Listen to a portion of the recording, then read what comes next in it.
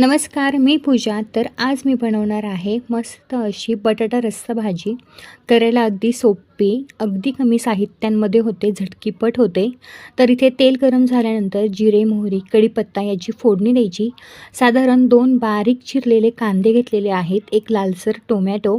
हे व्यवस्थित परतून घ्यायचं. चवीनुसार मीठ टाकून घेतलेलं आहे. आता इथे मी घरगुती मसाला वापरलेला आहे, कांदा, लसूण, मिरची मसाला. त्यानंतर धना पावडर 1 चमचा, अर्धा चमचा हळद आणि थोडंसं यामध्ये मी पनीर मसाला टाकला आहे. भाजीला खूप छान अशी टेस्ट येते. सगळे मसाले व्यवस्थित परतून झाल्यानंतर थोडंसं पाणी टाकायचं. यामुळे काय होतं, भाजीला व्यवस्थित अशी तरी येते आणि चविष्ट भाजी बनते.